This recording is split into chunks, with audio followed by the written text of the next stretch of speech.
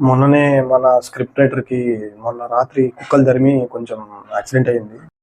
Doctors కూడా memory loss అని చెప్పి చేతులు ఎత్తేసినారు. చూడాలి మరి ఇంకేం జరుగుతుందో. ఆడు జీవితము యౌవనం మూడు నెల ముచ్చటలేరా. వీనికేమో మెమొరీ లాస్ అంటున్నారు, పాటలు పాడుతున్నాడు. ఫస్ట్ తెలుగు ఎట్లా మాట్లాడుతున్నాడు వీడు? కరెక్ట్ తినేది ఎట్లా తింటున్నాడు? అసలు మళ్ళీ నీళ్లు తాగుతాడు, తింటాడు, రొటీన్ అన్నీ అట్లే ఉన్నాయి. ఎట్లా చేస్తున్నాడు బయట?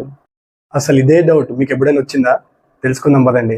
మన బ్రెయిన్ లో సెవెరల్ పార్ట్స్ అనేవి ఉంటాయి. ఒక్కొక్క పార్ట్ లో ఒక్కొక్క మెమొరీ అనేది స్టోర్ అయి ఉంటుంది.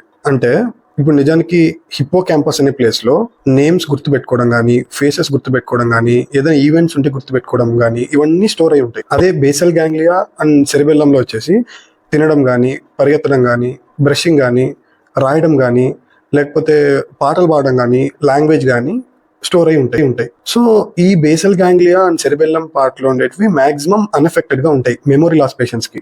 సో ఆ మెమొరీ లాస్ పేషెంట్స్ వాళ్ళు ఇష్టమైన వాళ్ళని మర్చిపోయినప్పటికీ వాళ్ళు ఎలా బతకల్లో అనేది మాత్రం ఖచ్చితంగా గుర్తుపెట్టుకునే ఉంటారు. దీన్నే ప్రొసీజరల్ మెమొరీ అంటారు. సో ప్రొసీజరల్ మెమొరీ అనేది ఏజ్ పెరిగే కొద్దీ తగ్గుతూ వస్తుంది. సో అందుకే మెమొరీ లాస్ ఉన్న పెద్దవాళ్ళు వాళ్ళ మనవళ్ళ పేర్లు మర్చిపోతారేమో కానీ ఈ టీ తాగడం కానీ, శారీ కట్టుకోవడం కానీ, క్లాత్ చేసుకోవడం కానీ ఇలాంటి మ్యాక్సిమం మర్చిపోరు.